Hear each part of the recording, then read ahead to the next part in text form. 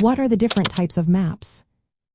If you have ever wondered about the fascinating world of maps and their role in collecting antiques and paper ephemera, you are in for a treat. Maps are not just tools for navigation. They are pieces of history that tell stories about our world. Let's take a closer look at the different types of maps that collectors often seek out. First, we have world maps. These maps show the entire globe or significant portions of it. Antique world maps are particularly interesting because they reflected the geographical knowledge and political boundaries of their time.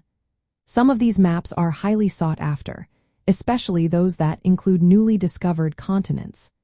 Collectors appreciate their size and detail, often finding them printed on multiple sheets for a grand display. Next, there are regional and national maps. These maps focus on specific countries or regions, providing detailed views of geography and political divisions. They often highlight natural features like mountains and rivers, as well as towns and cities. Collectors value these maps for their representation of a particular place and era, capturing changes in borders and place names over time. City plans and views zoom in even further. These maps show detailed layouts of cities or towns, including street plans and landmarks. Some even feature artistic views or panoramas of the cityscape. Antique city maps are popular among collectors because they showcase urban development and architectural styles from past centuries. Navigational charts, also known as portolan atlases, are specialized maps used by sailors. These charts focus on coastlines and sea routes, featuring rum lines and compass roses.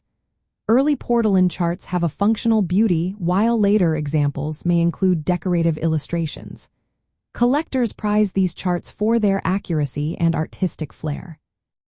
Celestial maps depict the night sky, showing stars and constellations. Antique celestial maps are collectible for their scientific and artistic value, often beautifully illustrated with mythological figures representing constellations. Finally, we have geological and thematic maps. While less common in traditional collections, some vintage maps focus on specific themes like geology or climate. For example, geological maps showing the Earth's surface composition or moon maps from the 20th century can be quite collectible.